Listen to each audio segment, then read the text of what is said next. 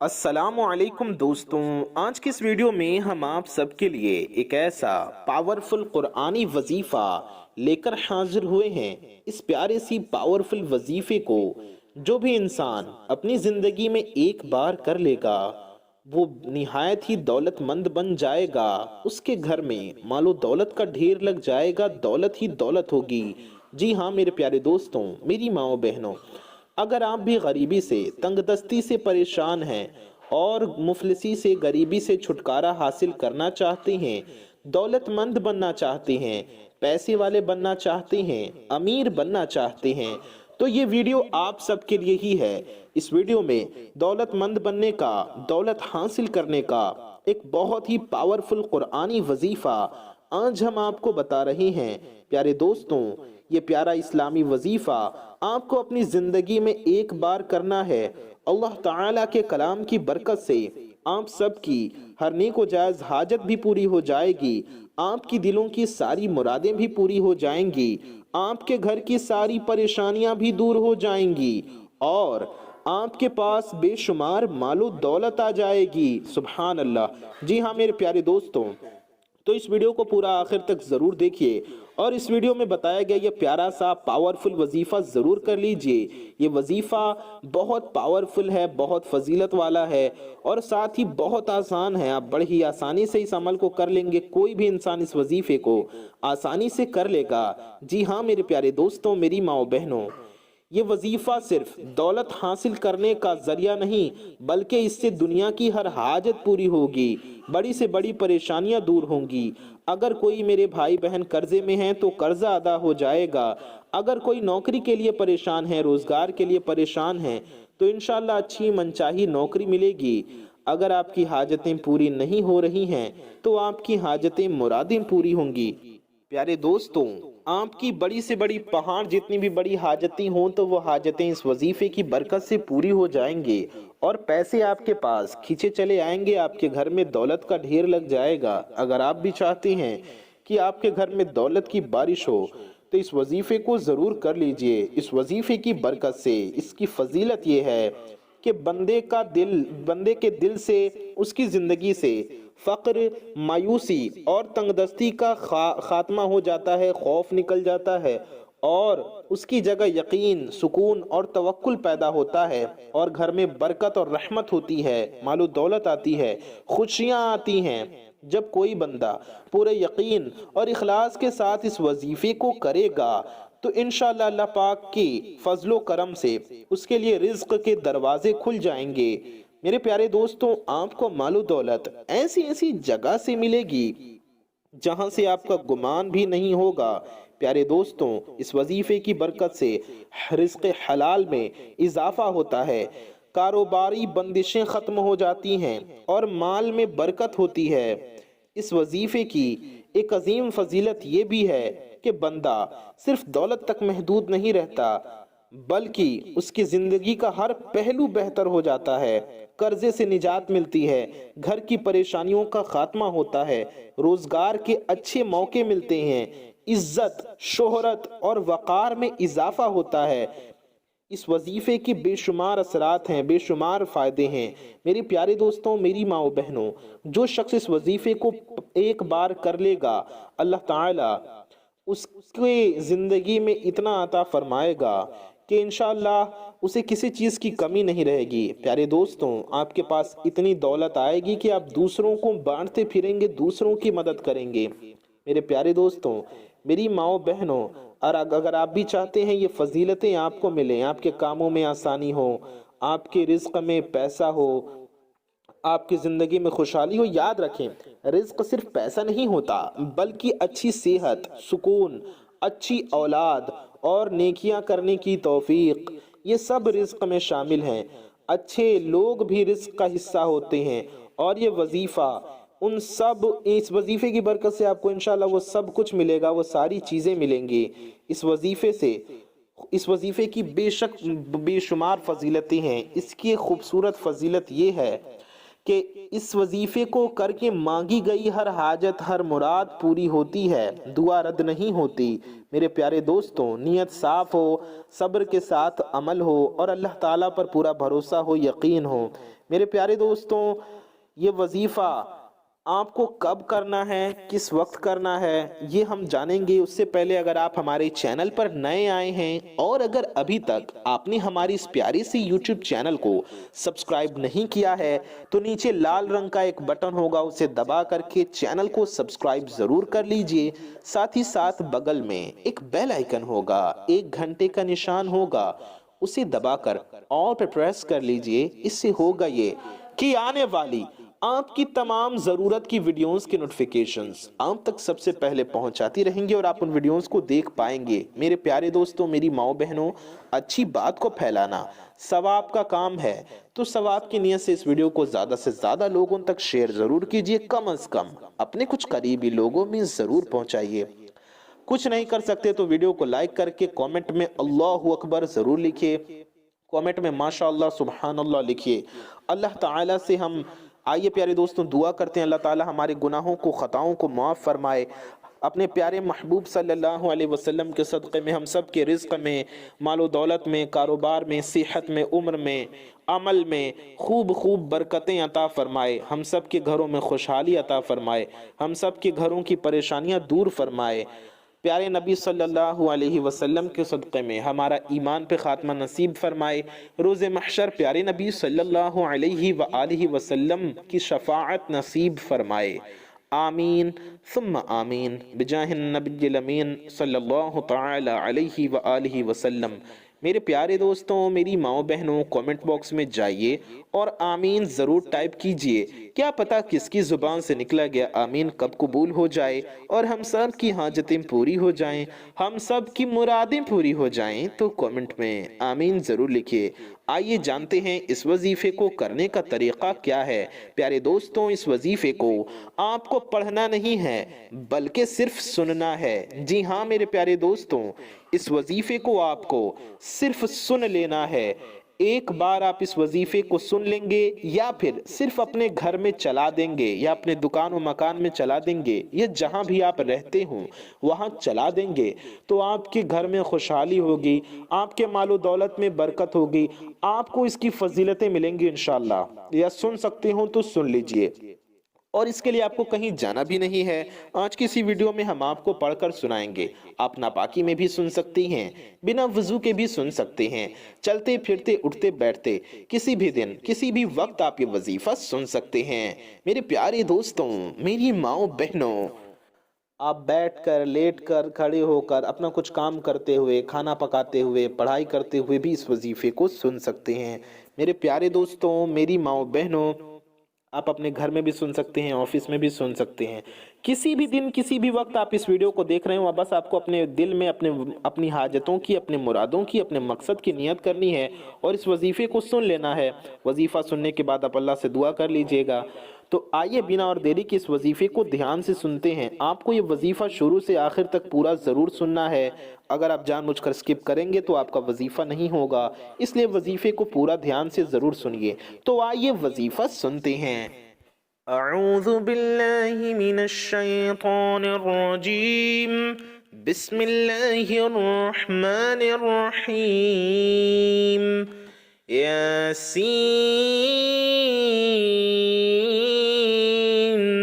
والقرآن الحکیم انک لمن المرسلین علی صراط مستقیم تنزيل العزيز الرحيم لتنذر قوما ما أنذر آباؤهم فهم غافلون لقد حق القول على أكثرهم فهم لا يؤمنون إنا جعلنا في أعناقهم أغلالا فهي إلى الأذقان فهم مقمحون وجعلنا من بين أيديهم سدا ومن خلفهم سدا فأغشيناهم فهم لا يبصرون وسواء عليهم أأنذرتهم أم لم تنذرهم لا يؤمنون إنما تنذر من اتبع الذكر وخشي الرحمن بالغيب فبشره بمغفرة أجر كريم إنا نحن نحيي الموتى ونكتب ما قدموا وآثارهم وكل شيء أحصيناه في إمام مبين واضرب لهم مثلا أصحاب القرية إذ جاءها المرسلون إذ أرسلنا إليهم اثنين فكذبوهما فعززنا بثالث فقالوا إنا إليكم مرسلون قالوا ما أنتم إلا بشر مثلنا وما أنزل الرحمن من شيء إن أنتم إلا تكذبون قالوا ربنا يعلم إنا إليكم لمرسلون وما علينا إلا البلاغ المبين قالوا إنا تطيرنا بكم لئن لم تنتهوا لنرجمنكم وليمسنكم منا عذاب أليم قالوا طائركم معكم أئن ذكرتم بل أنتم قوم مسرفون وجاء من أقصى المدينة رجل يسعى قال يا قوم اتبعوا المرسلين اتبعوا من لا يسألكم أجرا وهم مهتدون وما لي لا أعبد الذي فطرني وإليه ترجعون أأتخذ من دونه آلهة إن يردني الرحمن بضر لا تغن عني شفاعتهم شيئا ولا ينقذون إني إذا لفي ضلال مبين إني آمنت بربكم فاسمعون قيل ادخل الجنة قال يا ليت قومي يعلمون بما غفر لي ربي وجعلني من المكرمين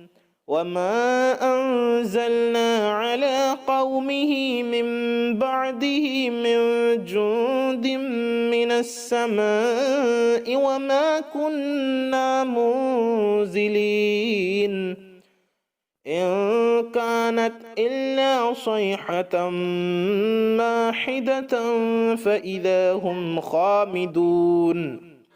يا حسرة على العباد ما يأتيهم من رسول إلا كانوا به يستهزئون ألم يروا كم أهلكنا قبلهم من القرون أنهم إليهم لا يرجعون وإن كل لما جميع لدينا محضرون وآية لهم الأرض الميتة أحييناها وأخرجنا منها حبا فمنه يأكلون وجعلنا فيها جنات من نخيل وأعناب وفجرنا فيها من العيون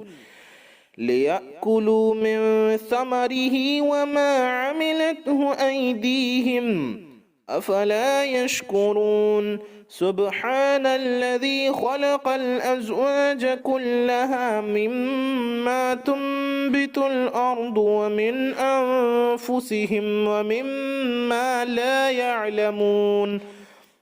وآية لهم الليل نسلخ منه النهار فإذا هم مظلمون والشمس تجري لمستقر لها ذلك تقدير العزيز العليم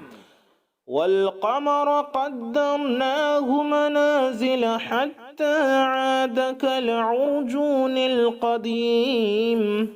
لا الشمس ينبغي لها أن تدرك القمر ولا الليل سابق النهار وكل في فلك يسبحون وآية لهم أنا حملنا ذريتهم في الفلك المشحون وخلقنا لهم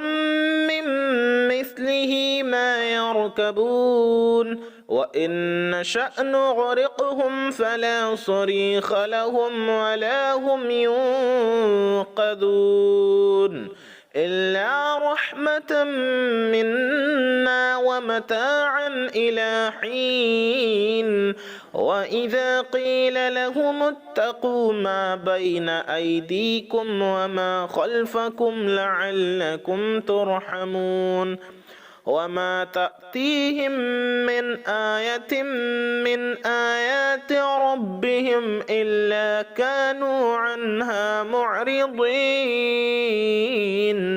وإذا قيل لهم أنفقوا مما رزقكم الله قال الذين كفروا للذين آمنوا أنطعم من لو يشاء الله أطعمه إن أنتم إلا في ضلال مبين ويقولون متى هذا الوعد إن كنتم صادقين ما ينظرون إلا صيحة واحدة تأخذهم وهم يخصمون فلا يستطيعون توصية ولا إلى أهلهم يرجعون ونفخ في الصور فإذا هم من الأجداث إلى ربهم ينسلون قالوا يا ويلنا من بعثنا من مرقدنا هذا ما وعد الرحمن وصدق المرسلون إن كانت إلا صيحة واحدة فإذا هم جميع لدينا محضرون فاليوم لا تظلم نفس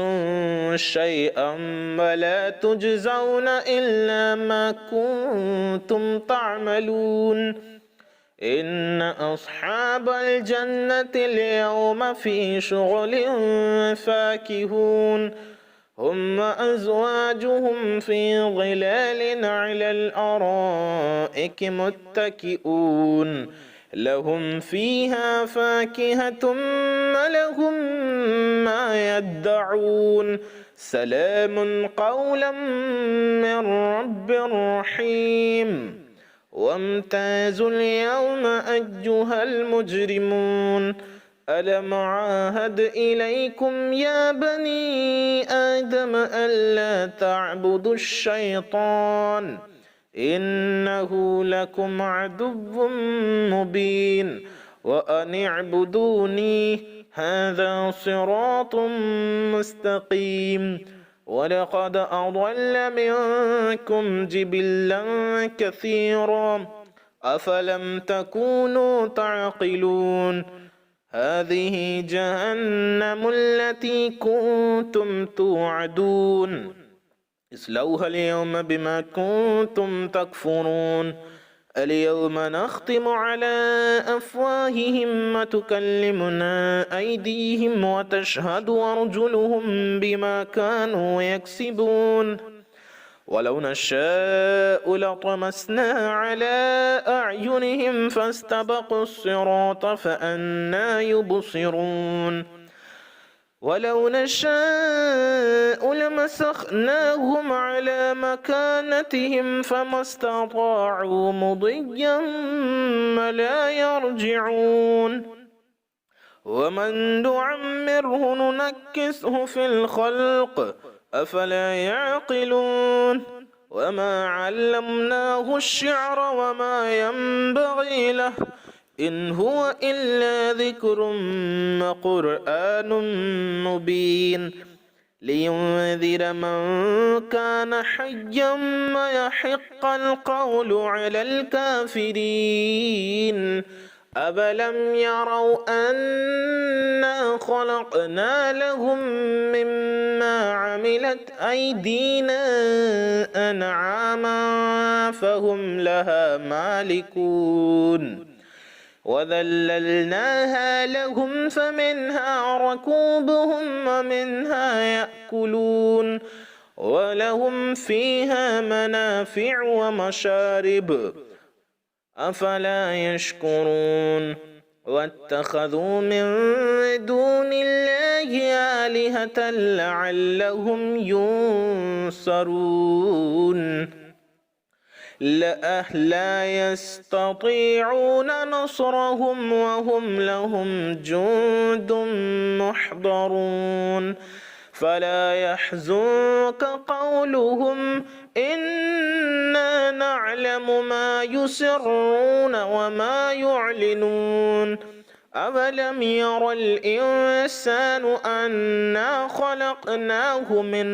نطفة فإذا هو خصيم مبين وضرب لنا مثلا ونسي خلقه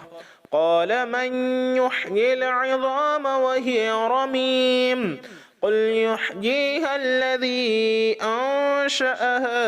أول مرة وهو بكل خلق عليم الذي جعل لكم من الشجر الأخضر نارا فإذا أنتم منه توقدون أوليس الذي خلق السماوات والأرض بقادر على أن يخلق مثلهم بلى وهو الخلاق العليم إنما أمره إذا أراد شيئا أن يقول له كن فيكون فسبحان الذي بيده ملكوت كل شيء وإليه ترجعون بسم الله الرحمن الرحيم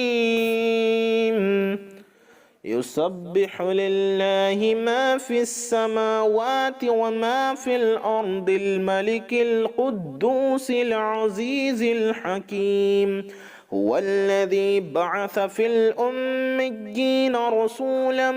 منهم يتلو عليهم آياته ويزكيهم ويعلمهم الكتاب والحكمة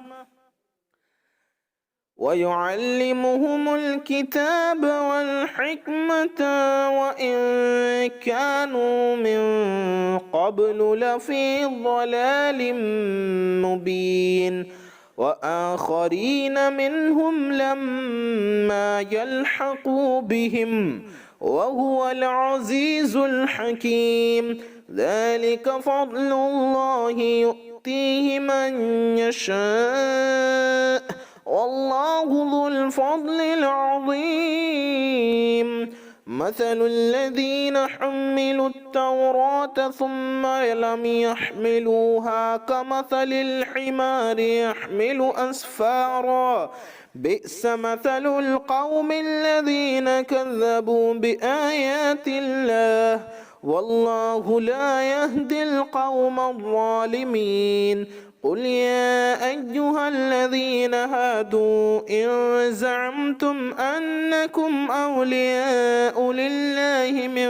دون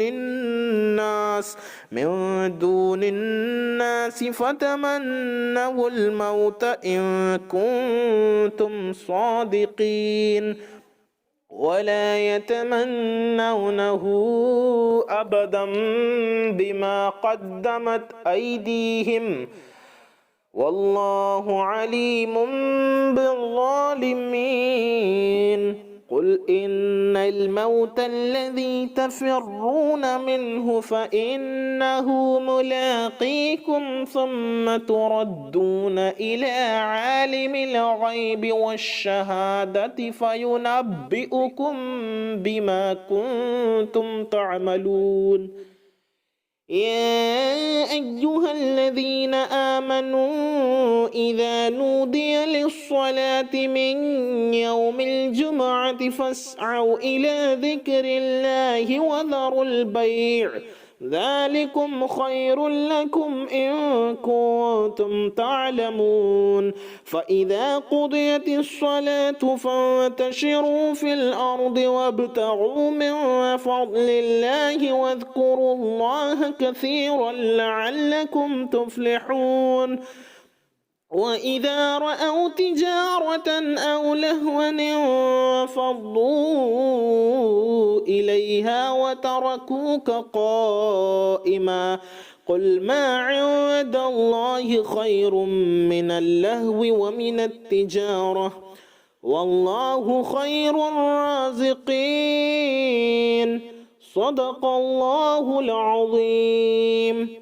मेरे प्यारे दोस्तों, मेरी माओ बहनों, आप में से जितने भी लोगों ने इस प्यारे से पावरफुल वजीफे को यहाँ तक पूरा सुन लिया है या फिर अच्छे से चला दिया है, मुबारक हो, आप सब का वजीफा हो गया। इंशाअल्लाह इस प्यारे सी पावरफुल वजीफे की बरकत से आप सब की हर नेक व जायज़ हाजतें पूरी हो जाएंगी, आप सब की दिली मुरादें पूरी होंगी, आप सब के जायज़ मकसद पूरे हो जाएंगे इंशाअल्लाह। आप सब के घर में रोज़ी में रिज़्क़ में बेपनाह बरकत होगी, आप सब के घरों में खुशहाली आएगी, रहमत होगी इंशाअल्लाह। आपकी ज़िंदगी से, आपके घर से परेशानियां, मुसीबतें, बेबरकती दूर चली जाएंगी, गरीबी का, मुफलसी का ख़ात्मा हो जाएगा और आप मालदार बन जाएंगे। आपके पास बेपनाह मालो दौलत होगी, खुशहाली होगी इंशाअल्लाह ताला। प्यारे दोस्तों, चैनल को सब्सक्राइब कर लीजिए अगर चैनल पर नए आए हैं, और वीडियो को दिल से लाइक करके इस प्यारी सी वीडियो को शेयर ज़रूर कीजिए। अपना और अपने चाहने वालों का बहुत ज़्यादा ख्याल रखिए। दुआओं की गुजारिश। अस्सलामु अलैकुम व रहमतुल्लाहि व बरकातुहू। अल्लाह हाफ़िज़।